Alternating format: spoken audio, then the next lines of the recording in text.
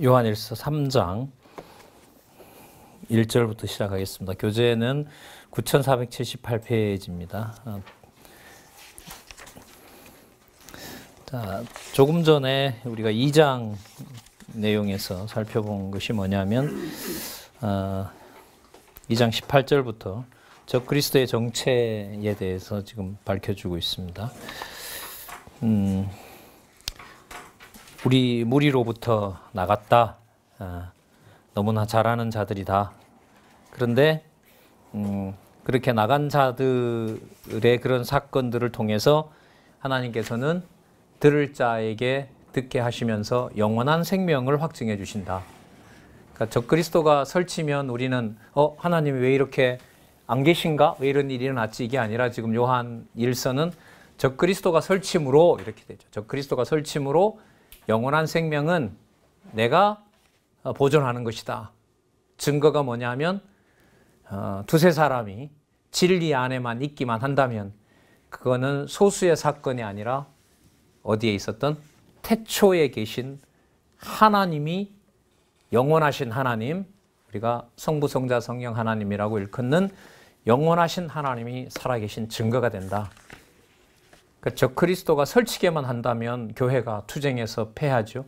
그리고 분란스럽겠지만 적그리스도가 나타나는 만큼 또 교회에서 너무나 유사하게 하고 너무나 진리처럼 보이지만 그 상황을 하나님께서 교회를 배반하게 하고 그리스도를 대적하게 하는 일로 보여주시면서 성도들의 영혼은 어디에 가서 관리하시는 거죠?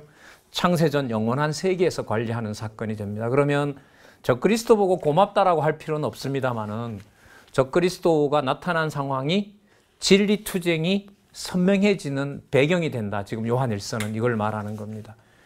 그러니까 참 인간적으로 보면 아이러니죠. 그러니까 목사님들이 잘 가르쳐 놨는데 바로 그 자가 뭐가 되는 구조라고 보시면 돼요. 그가 대적자가 되는 구조로 지금 만들어가고 있는데 그 두 번째 넘어서 이제 그 사이에 듣는 자들의 말씀을 그 영혼을 그리스도께서 와서 화목제물로 받으셨고 또 화목제물이 되셔서 창세전 영원한 생명 안에 있는 하나님의 모습으로, 그러니까 그리스도가 요한복음에서 여기까지 말씀하셨죠. 나를 본 자는 아버지를 봤다 그랬는데 요한 1서에 오면 어떻게 되는 거죠? 몇 명밖에 안 되지만 너가 함께하는 그 형제를 통해서 누구를 보고 있다? 영원하신 하나님을 보고 있다. 이렇게 지금 나오는 겁니다. 이게 투쟁의 본질입니다. 그러니까 뭐 가지고 가는 게 아니죠. 숫자와 여건과 환경 가지고 가는 게 아니죠. 한 사람만 더불어서 진리를 교제할 수 있느냐 없느냐 하는 것은 이거는 투쟁 상황을 여호와께서 보여주시느냐 아니냐라는 것하고 관계 있고, 그러니까요 요한 2서에 가서 가정교회가 나옵니다. 이게 두세 사람의 출발 아닙니까? 그러니까 문 열어주지 말라 그러죠. 너네 집안에 문 잠그라 그러잖아요. 적그리스도한테 인사도 하지 말라 그러잖아요. 그렇게 분별은 시키고 그 사람들과 독립되게 떨어뜨려 놓고 가족끼리 이모들이 복음을 서로 전해주는 바로 그 상황을, 자 요한 1서의 1장에 있는 대로 어디에 계신 말씀? 태초부터 있는 말씀, 성부, 성자, 성령 하나님의 함께 사역하는 엄청난 영광스러운 장면, 요한계시록에 가면 그게 나오죠. 주어가 두 개로 되고 깨닫게 하는 건 성령이 하시잖아요. 그래서 이른바 삼위일체 하나님의 존재가 계시되는데 그 현장이 어디냐? 한두 사람이 함께하는 가정교회죠. 가정교회 그 자리가 바로 누가 살아계신 증거가 된다? 여호와 하나님께서 살아계신 증거가 된다. 이걸 우리가 이제까지 몰랐던 거죠. 무시했고, 자 이게 지금 살아나고 있는 장면이고, 아까 그래서 이걸 이렇게 좀 미리 살펴보고 왔는데, 아까 백목사님 집에서 이제 우리 직장 다니는 큰 우리 청년 딸과 같이 공부한다는 게 저한테는 상당히 인상적이었습니다. 자, 그럼 계속 보겠습니다. 3장으로 이제 넘어가셔서 보시면 아버지의 자녀가 된 자는 자기를 깨끗하게 한다고 알려줍니다. 자, 보라, 아버지께서 어떠한 사랑을 우리에게 주사 하나님의 자녀라 일컬음을 얻게 하셨는고 우리가 그러하도다. 그러므로 세상이 우리를 알지 못함은 누구를 알지 못합니다. 그 하나님 아버지를 모른다는 거죠. 이건 요한복음에도 나왔던 문제죠. 이렇게 요한복음은 되어 있습니다. 세상이 너희들을 버리는 게 너희들에게 복이다. 왜냐하면 세상의 범위 속에 넣을 수 없기 때문에 너희를 버린 건데, 너희를 버렸다는 말은 세상에 속하지 않은 것의 증거라는 거예요. 그러니까 뭐 할수록 좋은 거예요? 버려질수록 좋은 거죠. 그게 누구로부터 구별된 것의 증거라는 겁니까? 세상과 구별된 것의 증거가 이 요한복음인 거죠. 그러니까 완전히 생각이 진짜 다른 거예요, 성경. 근데 지금 여기서 보면 뭐라고 얘기를 하시냐면, 하나님의 버려졌는데 혼자 고립된 게 아니라 세상과 만나지 못하게 하지만 어디로 더 데려가 버린다는 거죠. 요한일서는 남아있는 진리의 자녀들이, 하나님의 자녀들이 창세전 하나님의 자녀였다는 사실을 알려준다는 거죠. 그래서 저는 우리 애들하고 공부하면서 창세전 우리가 하나님의 자녀가 되었고 육신으로 내가 낳은 부모가 아니며 진실은 이거다라고 했을 때 그 공감이 약간 잃을 때가 좀 있었거든요. 야, 진짜 그 상황이 진짜 감사할 정도가 아니라 상당히 좀 엄숙하더라고요. 좀 엄격한 자리가 된다 그래야 되나? 왜냐하면 내가 무책임하게 내가 너네들 내가 부모 노릇 못한다 이러면 우스운 얘기가 되잖아요, 이게. 그런데 거기에서 부자 관계에서 어디에 있는 존재? 창세전에 있는 아버지를 같이 공유한다는 게 이게 일상적인 버전은 아니잖아요, 이게. 근데 우리가 이제까지는 거기서부터 출발해야 되는 가정교회였는데 그걸 무시해버리고 세워놓은 생다지로 모르는 사람을 인위적으로 수적으로 어떻게 보면 이른바 인위적인 법으로 하려고 했던 건데요. 감사하죠. 이제 비판 이걸 떠나서 이게 회복이 된다면 계속 볼게요. 2절 사랑하는 자들아 우리가 지금 하나님의 자녀라. 장래에 어떻게 될 것은 아직 나타나지 아니하였으나 그가 나타나심이 되면 우리가 그와 같은 줄을 아는 것은 그의 계신 그대로 볼 것임을 인함이니 주를 향하여 이 소망을 가진 자마다 그의 깨끗하심과 같이 자기를 깨끗하게 하시니라. 우리 신학을 공부하셨으니까 잠시 말씀드리면, 자, 지금 주어가 성부, 성자, 성령 하나님이 같이 나타난다 그랬죠. 그러면 무슨 뜻이냐 하면 목사님들과 제가 진리 안에서 교제했어요. 나중에 딱 하나님이 계시를 보여줬어요. 저거 어디서 많이 봤는데 이래 되는 거죠. 어디서 많이 봤어요? 지상에 있을 때 진리 안에서 소통을 했거든. 이게 가당한 얘기냐 말이죠. 이게 요한 1, 2, 3서예요. 그러면 뭐 할 만한 거죠? 투쟁할 만한 거죠. 투쟁할 만한 거죠. 그러니까 어디와? 이제까지의 어떤 짐승과 음녀 권세, 이제 요한계시록에 나타나지만 그 세력들과 적그리스도들과 이 세상에서 하나님께서 투쟁을 만들어가면서 계속해서 어디에 속한 군대라는 걸 알려줘요. 창세전 하나님의 영원한 생명의 공급을 받고 있다는 거죠. 그리고 나중에 지금 여기 있는 대로 우리가 그와 같은 줄을 아는 것은 그가 계신 그대로 볼 것임을 인함이라. 영원하신 하나님께서 성부, 성자, 성령 하나님의 존재가 딱 드러난단 말이에요. 그러면 그게 저런 모습이 어디에서? 우리가 세상에서 지체들과 더불어 뭐 안에서? 성령께서 주시는 진리 안에서 봤던 것에 대한 뭐가 됩니까? 저거 어디서 봤는데 저거 지상에 있었던 저런 일이구나. 저분들이 저렇게 해서 그때 순교하셨구나. 저게 그냥 억울하게 죽은 죽음이 아니었구나. 계시록 6장에 가면 이분들 만나는 거죠. 사도 요한이.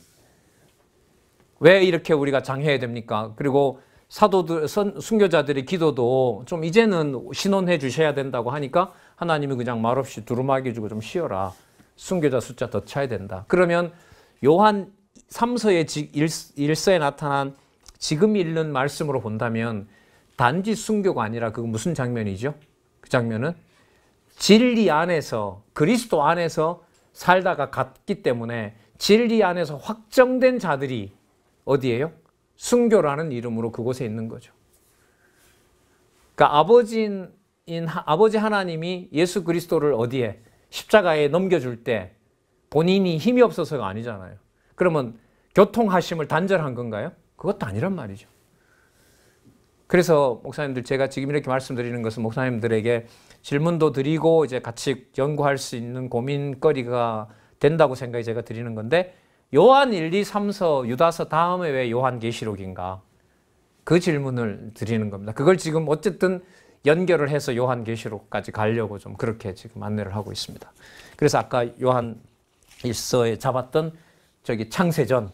그러니까 요한 1서는 뒤로 돌아가서 여기를 다룬다면은요, 요한 1서는 태초부터 있었던이라고 여기를 다룬다면은요, 요한계시록은 어디에서 보는 천국일까요? 미래에서 보는 천국인 거죠. 그럼 딱 맞는 거죠, 이게. 언약한 대로 이루신다라는 구도에 넣어도 정확하게 맞아갑니다. 자, 더 넘겨보겠습니다. 3장 4절에서부터 보면 불법을 행하는 자는 죄를 없앤 그리스도를 모른다는 거죠. 자, 4절. 죄를 짓는 자마다,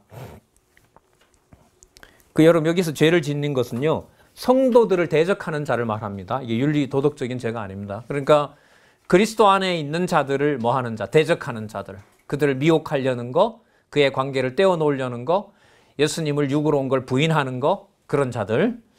자, 그 사람들 목적은 예수님이 환상으로 왔다고 해야 우리가 진리 안에서 서로 합력하고 봉사하는 동력을 없앨 수가 있는 거예요. 그러니까 예수님을 육신으로 오셔서 하나님의 뜻을 이룬 메시아다, 그걸 차단해야 돼요. 그걸 전하지 못하게 해야 된다는 거죠. 죄를 짓는 자마다 불법을 행하나니 죄는 불법이라. 자, 그러니까 하나님께서 심판해야 될 대상이죠, 장차. 그가 우리 죄를 없이 하려고 나타내신 바 된 것을 저희가 아나니 그에게는 죄가 없느니라. 죄 없는 분으로 육의 몸을 입고 이 세상에 오셨다는 거죠. 그러니까 이걸 질문을 할 때는 그렇게 질문을 하겠죠. 야, 육신의 몸을 입었는데 어떻게 죄가 없을 수 있냐? 그게 말이 되냐? 그러니까 뭐가 아니다. 육신의 몸을 입고 누가? 육신의 몸을 입고 온 분이 누구다? 하나님의 아들이라는 게 말이 안 된다. 두 번째 의문 제기를 하는 거죠. 아니다, 너무 기다리다가 환상 봤다. 그럼 왔다고 하자. 야, 육신의 몸을 입었는데 어떻게 그게 신이 되냐? 그게 말이 되냐? 이 플라톤의 이데아론에서 말도 안 되거든요. 그래서 플라톤의 이데아가 이런 거잖아요. 영지주의자들의 주장이 육신은 영혼의 감옥이다. 그러니까 이 육신이 영혼을 뭐 하고 있다? 억누르고 있기 때문에 참 지혜는 머리를 굴려서 이데아를 봐야 이제 해방을 얻는다. 이게 이제 그 신플라톤주의자들의 주장이거든요. 그러니까 요 순서대로 이제 질문을 하는 거죠. 아니다, 왔다고 하자. 왔는데 육신을 가지고 신이 된다는 게 너 이해가 되냐? 말이 안 된다. 거기에 대해서 지금 뭐라고 얘기하세요? 그분이 눈으로 봤고 만진바고 본바라는 게 육신의 몸을 입고 온 그 예수께서 누구다? 하나님이시다. 지금 이게 요한 1서에 밝혀준 비밀이고, 그들이 우리를 대적하는 만큼 그게 우리가 창세전 하나님의 자녀된 것에 대한 증거다. 6절. 그 안에 거하는 자마다 범죄하지 아니하나니, 그리스도께서 죄가 없다고 아까 얘기하셨죠. 육신의 몸을 입고 오신 그리스도처럼 육신의 몸을 입고 있어도 뭐가 안 되는 거죠, 그러면? 죄가 안 되는 거죠. 맞죠? 그리스도가 육신의 몸을 입고 오셨는데도 뭐가 없어요? 죄가 없으신 것처럼 그리스도가 죽으셨다가 부활하심으로 보내신 성령께서 우리 안에 거하시기 때문에 육의 몸을 입고 있어도 우리가 뭐가 없는 거죠? 정죄받지 않는 거죠. 육의 나약함과 허물이 있다 하더라도 그리스도 안에 있게 되면 죄일 수가 없는 겁니다. 죄인일 수 없는 거죠. 범죄하는 자마다, 여기서 범죄도요, 그리스도를 대적하는 저 그리스도를 말합니다. 범죄하는 자, 여기서 대적, 이게 자꾸 현상적인 그런 어떤 도덕적인 대로 가면 안 되고요. 범죄하는 자마다 그를 보지도 못하였고 그를 알지도 못하였느니라. 그렇네요. 자, 육신의 몸을 입고 같이 육신이 죄인이다. 육신이 어떻게 거룩한 걸 보느냐. 그렇게 말하는 자들이 바로 뭐 하는 자들이에요? 범죄하는 자고 4절에 있는 대로 죄를 짓는 자고, 그들이 바로 대적자인 거죠.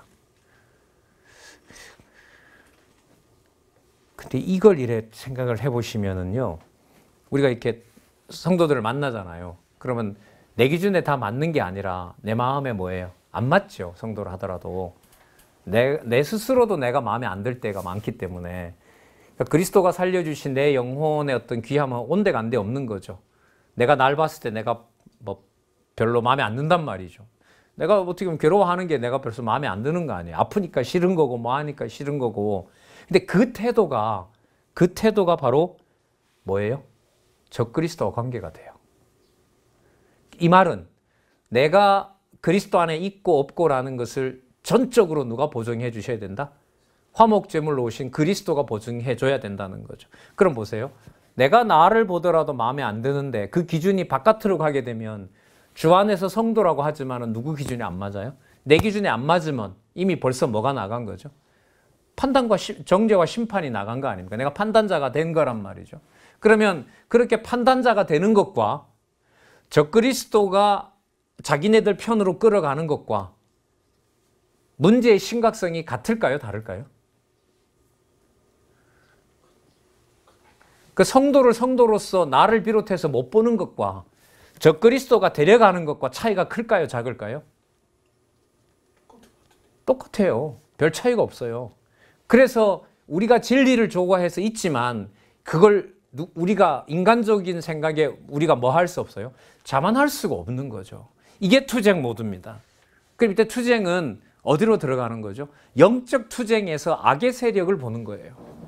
근데 그 가르치는 자의 입장으로 가게 되면 자꾸 뭔가를 얘기할 때 나를 자꾸 빼놓거든요.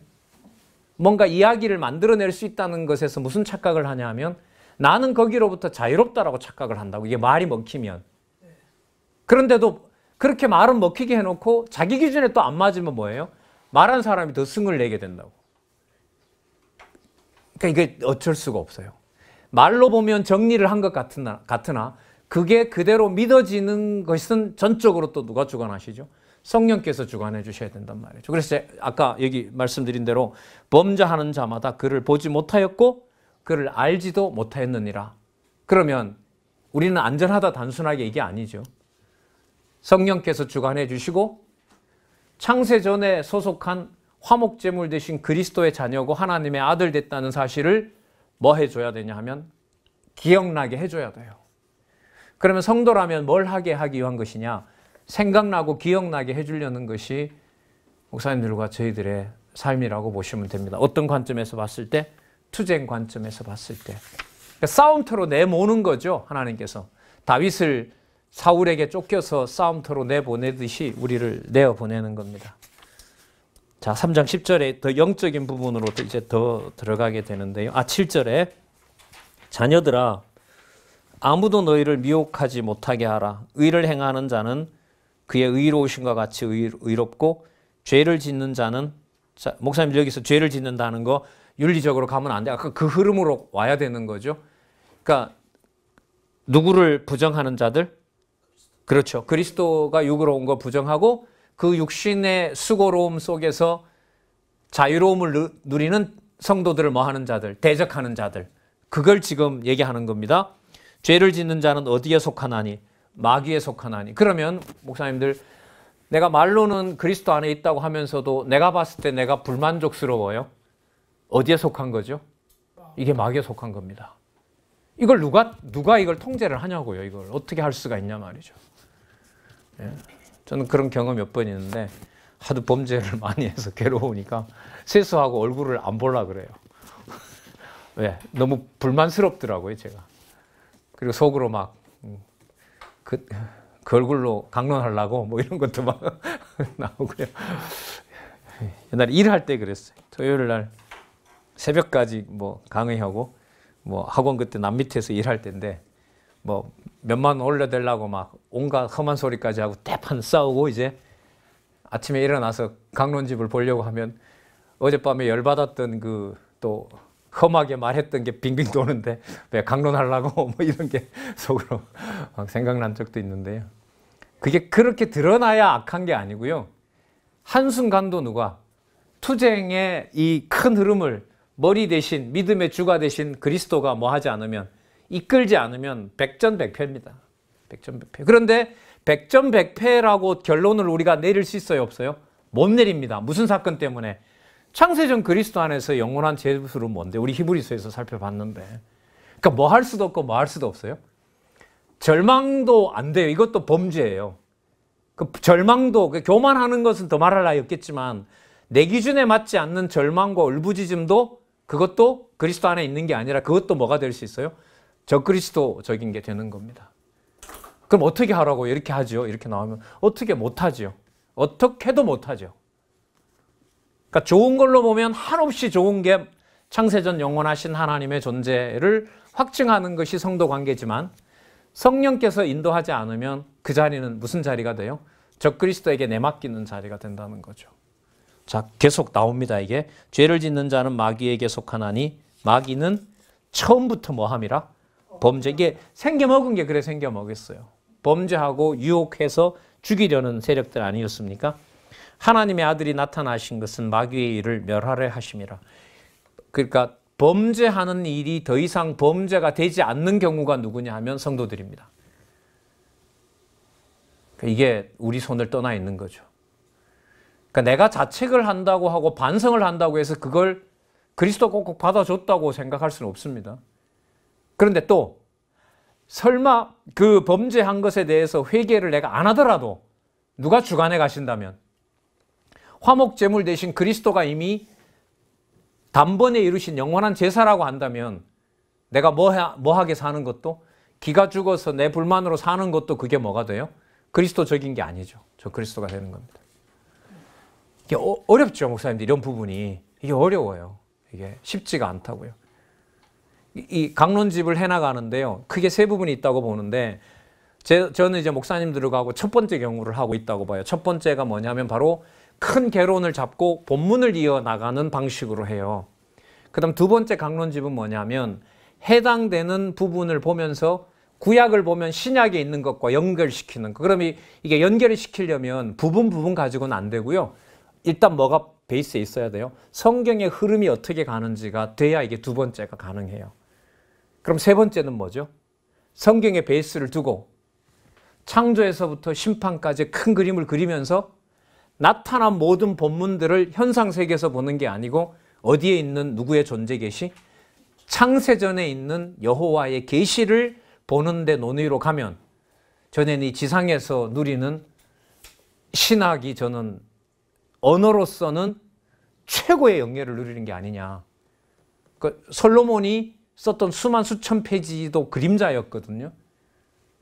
그러니까 목사님 좀 더 설명을 드릴까요? 제 소망이기도 한데요. 목사님들하고 공부하면서 어느 날 이렇게 해서 시작은 한 거지만, 자, 우리가 지금 해나가는 공부는요, 목사님들 요 공부예요, 요거.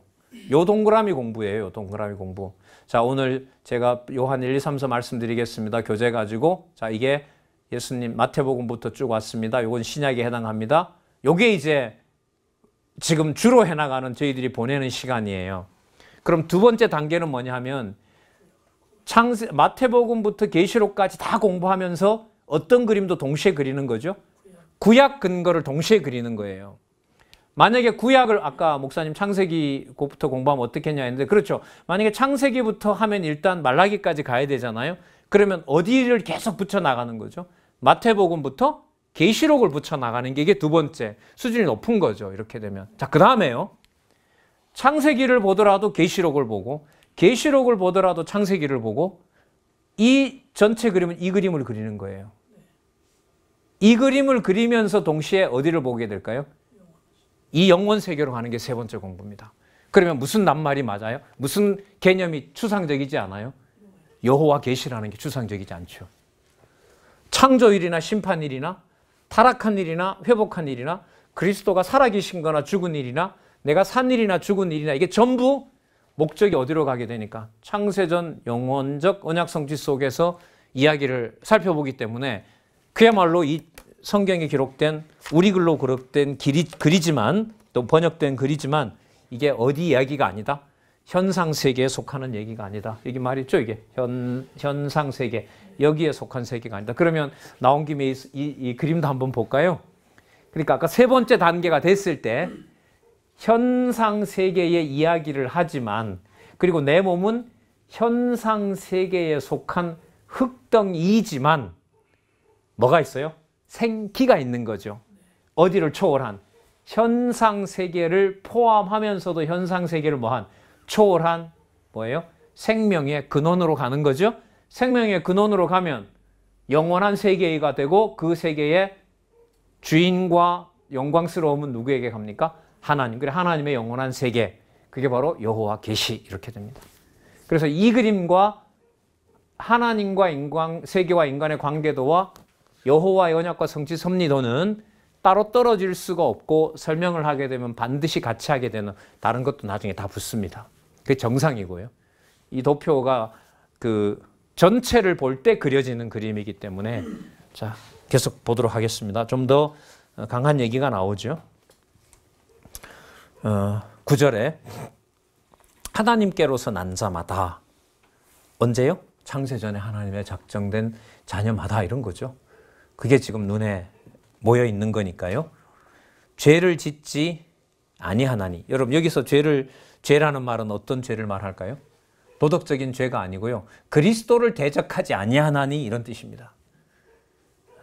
그래서 예수님의 살아생전에 그런 말씀하셨죠. 뭐 하지 않는 자는 뭐 하는 자라? 그렇죠. 반대하지 않는 자는 우리와 같은 편이다. 이런 말씀도 하신 적 있잖아요. 자, 죄를 짓지 아니하나니 이는 하나님의 씨가 그의 속에 거함이요. 성도 속에 하나님의 씨가 거한다는 거죠. 여러분 하나님의 씨가 누구죠? 하나님이 낳으신 영원한 출생, 바로 성자 하나님, 그리스도죠. 하나님의 아들 그리스도를 말합니다.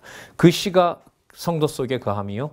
저도 그리스도를 말합니다. 그래서 저도는 그리스도께서 범죄치 못하는 것은 또한 누구로부터 났기 때문에 그렇다? 하나님께로 났음이로다. 그러니까 이걸 설명하는 거죠. 육신의 몸을 입었는데 어떻게 의로울 수가 있느냐라는 질문에 대해서 뭐라고 대답을 하는 거죠? 육신의 몸을 입었지만 그 속에 무슨 씨가? 하나님이 주신 씨가 있으므로 뭐 할 수가 없다? 범죄할 수가 없다. 그럼 여기서 범죄한다 안 한다의 기준은 누구에게 속하느냐 안 하느냐? 그리스도에게 속하느냐 안 하느냐? 바로 이게 기준이 되는 겁니다. 자, 3장 10절 우리 같이 한번 읽어볼까요? 3장 10절에서부터 12절까지 이 맥락에서 한번 보도록 합니다. 시작. 이러므로 하나님의 자녀들과 마귀의 자녀들이 나타나나니 무릇 의를 행치 아니하는 자나 또는 그 형제를 사랑치 아니하는 자는 하나님께 속하지 아니하니라. 우리가 서로 사랑할지니 이는 너희가 처음부터 들은 소식이라. 가인같이 하지 말라. 저는 악한 자에게 속하여 그 아우를 죽였으니 어찐 연고로 죽였느뇨. 자기 행위는 악하고 그 아우 행위는 의로움이니라. 자기 행위는 악하고로 앞부분에 있는 개념을 쓰게 되면 자기 행위는 마귀에게 속함으로 이렇게 되겠죠. 마귀에게 속함으로. 그러니까 그 가인이 한 일이 뭐냐 하면 하나님과 아벨 사이에 제사를 통해서 화목이 이루어졌잖아요. 맞죠? 하나님께서 누구 제사를 받아들여줬어요? 아벨 제사를 받아들여줬잖아요. 그러니까 둘이 뭐 되는 게 화목되고 잘 지내는 게 보기 싫은 거예요. 그러니까 그 관계를 깨는 게 누구를 죽이는 거죠?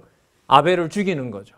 그러면 적그리스도도 어떤 행동을 하게 될까요? 하나님과 그리스도 안에서 이루어진 화목을 어떻게 해놓으려고 하냐면 떼어내려고 하겠죠. 갈라놓으려고 하고 또 믿지 못하게 하려고 하고 육신의 몸으로 선한 게 나올 수 있냐라고 얘기를 하고 그 다음에 사도들이 가르치었고 우리가 기다렸던 예수는 실제로 안 왔다고 얘기를 하고 자, 여러분 그 세태가 우리들에게 벌어지고 있잖아요. 자유주의 신학에서 성경 해체하고 또 기독교도 어떤 한 종교와 유사한 맥락에서 말하는 종교다원주의나 이런 것들이 전부 그 맥락입니다.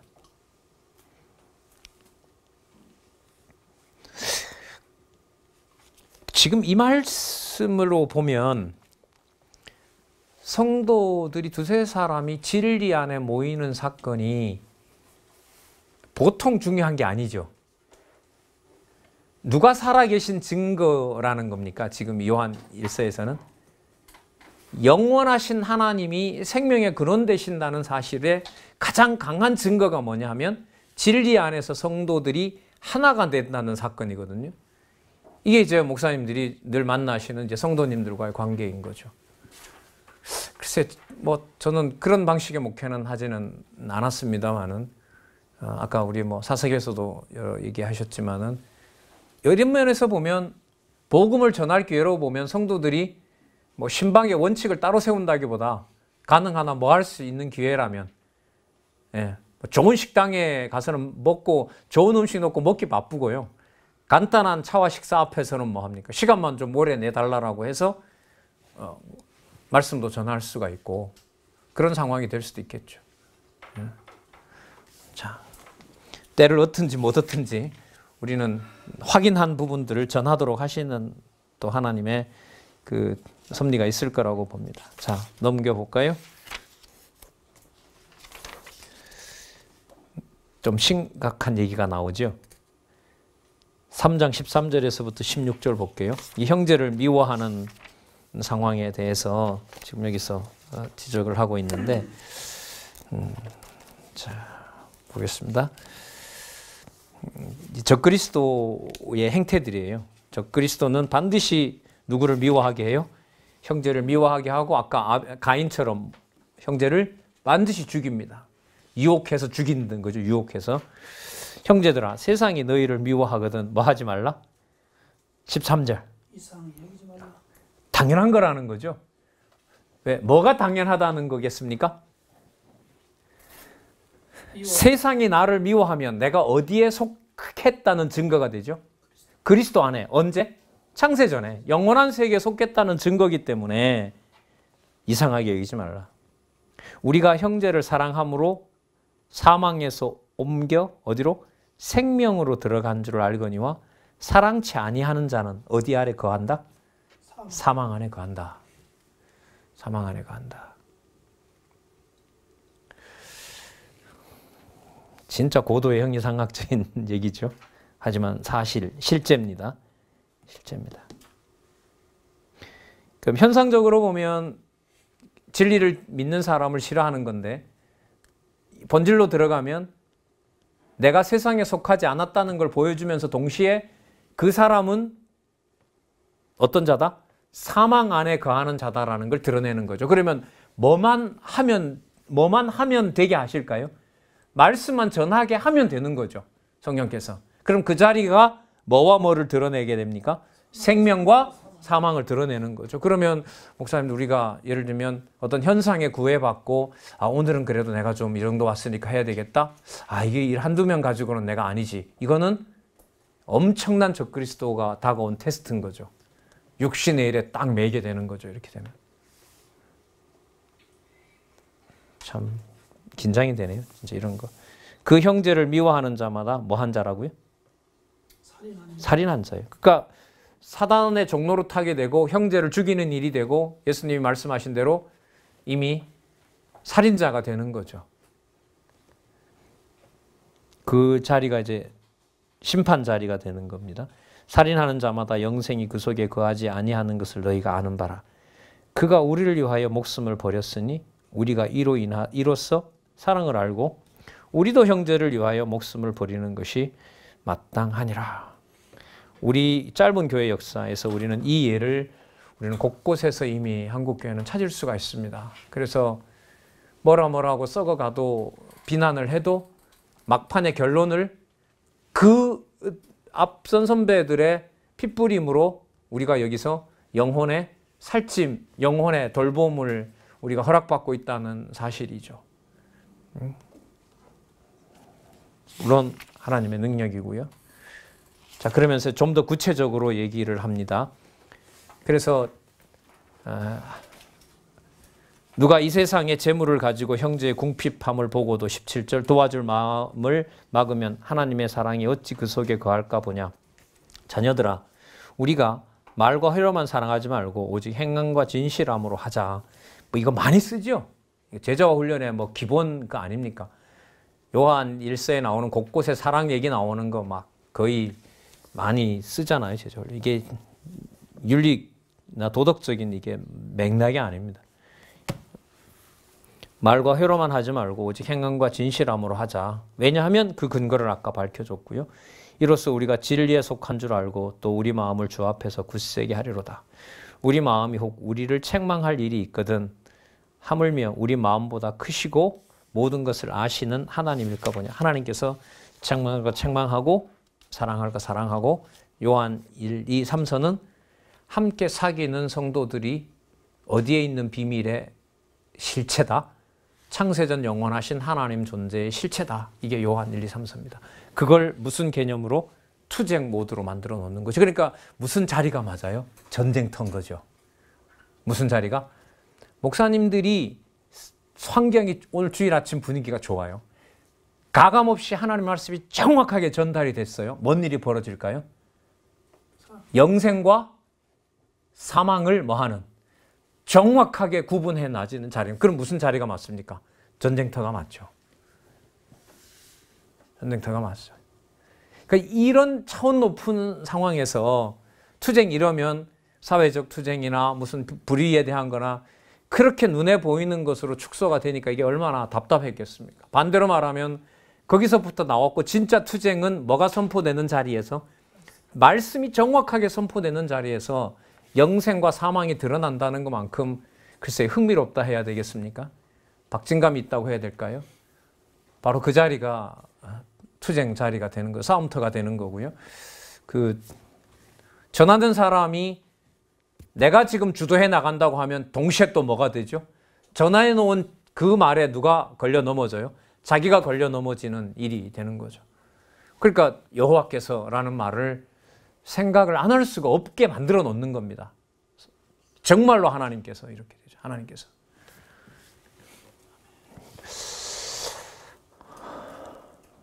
20절 우리 마음이 혹 우리를 얘기했고요. 21절 볼까요? 사랑하는 자들아 만일 우리 마음이 우리를 책망할 것이 없으면 하나님 앞에서 담대함을 놓고 무엇이든지 구하는 바를 그에게 받나니 이는 우리가 그의 계명을 지키고 그 앞에서 기뻐하는 것을 행함이라. 그리스도가 당연히 들어가겠죠.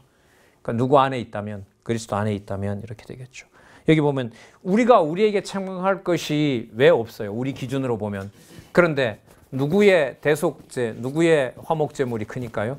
주 예수 그리스도의 화목제가 크기 때문에. 자, 23절 그의 계명은 이것이니 곧 그 아들 예수 그리스도를 믿고 그가 우리에게 주신 계명대로 서로 사랑할 것이니라. 24절 한번 같이 읽어볼까요? 24절 보겠습니다. 시작. 그의 계명들을 지키는 자는 주 안에 거하고 주는 저 안에 거하시나니 우리에게 주신 성령으로 말미암아 그가 우리 안에 거하시는 줄을 우리가 아느니라. 우리가 몰라요. 누가 여기 보시면 누구로 말미암는다 그랬죠? 성령께서. 로마서 8장 목사님들이 기억나시죠? 성령의 뭐 할 수 없는 탄식? 성령의 말할 수 없는 탄식.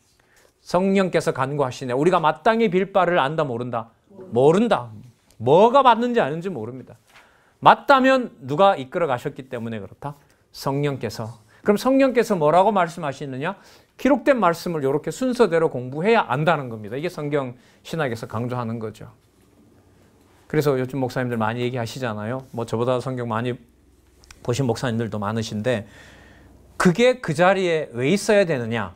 그 고리를 성경 개론을 통해서 우리가 확인을 해야 하나님 계시로 갈 수 있다. 하나님 존재 증명으로 갈 수가 있다. 이런 말씀 우리가 서로 얘기하잖아요. 자, 그러면 여러분 지금 94, 93에 가면 하나님의 아들 예수라고 나오잖아요. 이게 3인데 앞부분에 뭐가 있었냐면 제일 처음에 뭐가 있었습니까? 창세전 영원한 생명, 태초에 있었던 말씀 나왔죠? 그 영원한 말씀이 드러나는 방식이 누구를 드러나게 해요? 적그리스도가 드러나게 하죠. 그럼 적그리스도가 드러나서 우리를 어려움에 넣는 것이 우리가 어디에 속하지 않았다는 증거가 된다? 그렇죠. 이게 진짜 절묘하잖아요. 그러니까 뭐가 뭐 해줄수록 좋아요? 적그리스도가 적그리스도 노릇을 해줘야 좋은 겁니다. 왜? 그래야 하나님의 자녀가 어디에 있다는 게 더 분명해지니까. 창세전 영원한 태초부터 있었던 생명인 줄 알게 하는 거죠. 그러면 적그리스도를 누가 드러냅니까? 성령께서 뭐가 선포되게 함으로써. 그렇죠. 정확한 말씀이 선포되게 함으로써. 그러면 그 자리가 무슨 자리가 돼요? 전쟁터가 되는 거죠. 전쟁터가 되는. 그러니까 주일날 오전에 설교를 잘해야 되겠다가 긴장이 아니라 이 자리가 무슨 자리니까. 마귀가 몇 놈 앉아있을지 모르니까. 성도는 아니, 사단이 그렇게 해가는 거니까요. 내가 연구한 말씀이 정확하게 선포될 때 거기서 뭐 듣기 싫으면 나가든가 죽고 사는 일이 이제 거기서 드러나는 거죠. 뭐 목회 경험 오래인 분은 하면 그 표정 보면 적어도 뭐 수십 명 얼굴 다 읽히잖아요, 사실. 그 사이에서 이제 99명이 안 듣고 아니면 100명이 다 반란을 일으켜도 누가 해가시는 일이니까. 그런데 오늘 저희들이 확신한 일은 그게 드러나야 진리 안에 만약에 내가 진리 안에 있다면 그 진리 안에 있는 경우가 보는 자들이 다 반역을 해줘야 100명이 나를 구분시켜줘야 줄 때 내가 어디에 속한 창세전 영원한 태초의 생명이라는 걸 증명해 주는 자리가 되는 거죠. 그럼 이게 누구 얘기냐 하면요. 이렇게 얘기를 끌어가다 보면 이게 바로 예수 그리스도 본인 얘기예요. 그러니까 누가 다 버릴 때 유대인, 그 다음에 누구도 제자들 한 사람도 남기지 않고 다 버렸잖아요. 버렸을 때 그가 누구 아들임을 확인해 줘요. 하나님의 아들임을 확인해 주고 무덤이 터지고 장막이 찢어지고 지성소로 가는 길이 열리는 거죠. 그럼 그 자리가 패배한 자리입니까? 승리한 자리입니까? 승리한 곳이 어떤지가 요한 1, 2, 3서가 끝나면 계시록입니다. 그 요한 1, 2, 3서를 스킵하고 요한계시록으로 가면 안 되죠. 지금 읽었던 3장으로 봤을 때. 이게 지금 우리 원로 목사님 얘기하시는 이게 바로 개론의 논리적 흐름입니다. 이걸 단절시켜 놓으면 어디 가는 걸 단절시킨다? 우리의 사고를 창세전으로 가는 길을 단절시켜 놓습니다. 아까 우리 최 목사님 그 단계별로 누가 글을 쓴다고 했는데 그게 논리적이기 때문에 쓰는 것이 아니라 본질적으로 들어가면 어디로 올라가는 사닥다리가 끊어지기 때문에 비유로 말하면 야곱이 사닥다리를 타고 하나님 살아계신 것을 베델에서 만나잖아요. 그 사닥다리가 부러지면 하나님 못 만날 거 아닙니까? 비유로 보면. 그게 바로 뭘 말하냐면 성경을 요 순서대로 반드시 이 자리에 놓고 이렇게 가야 된다는 거죠. 이게 덮여 있다가 이제 목사님들하고 저를 통해서 경험할 수 있도록 우리 또 신앙의 선배 영부로 이렇게 또 32년 만에 더 확증된 대사건 속에 저희들은 존재한다고 봅니다. 그럼 목사님들 이제까지 그런 생각 해보셨는지 몰라도 주일날 연락이 왔는데 성도들이 한 사람도 안 나온다 그래요. 그럼 이거 좋은 날입니까? 기쁜 날입니까? 슬픈 날입니까?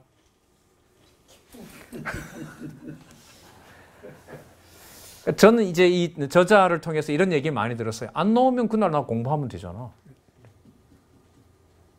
가족 있잖아요, 가족. 그렇죠. 가족도 있고요. 가족도 바쁘다고 다 가버렸어요.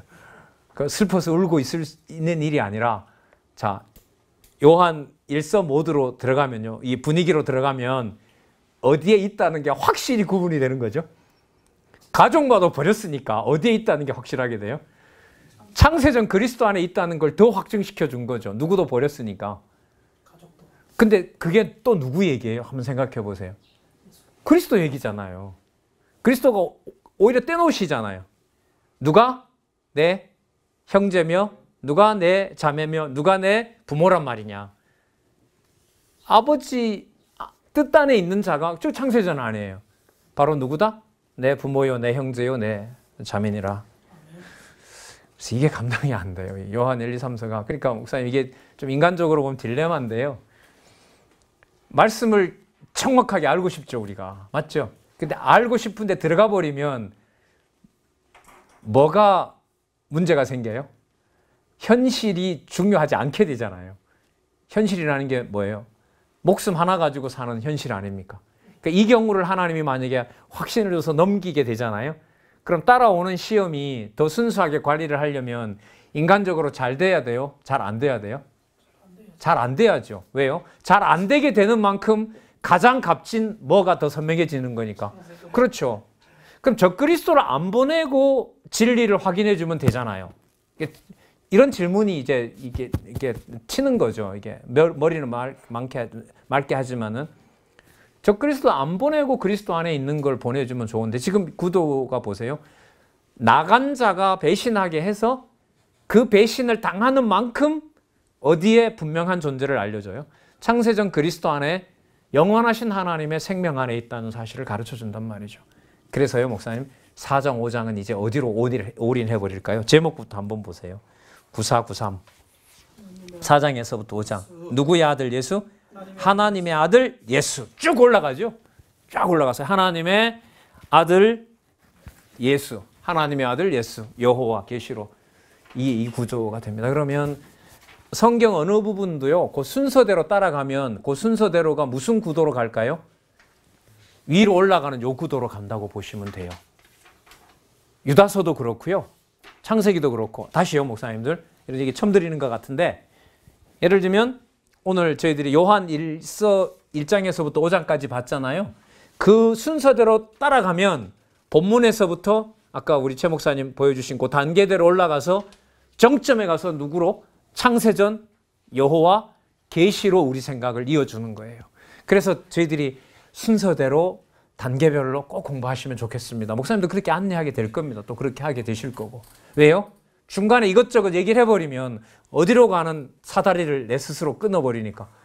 그렇죠. 위로. 영원한 세계로 올라가는 저 다리를 끊어버리기 때문에 쉬운 자리도 아니면서도 또 뭐예요?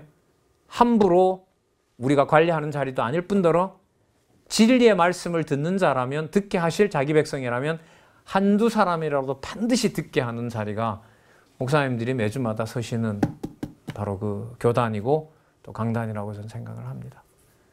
진짜 아름다웠고 명확한 교회죠. 자, 잠시 쉬셨다가요. 4장 5장 하나님 아들 예수. 마리아 요셉의 아들이 아닙니다. 절대로. 하나님 아들 예수.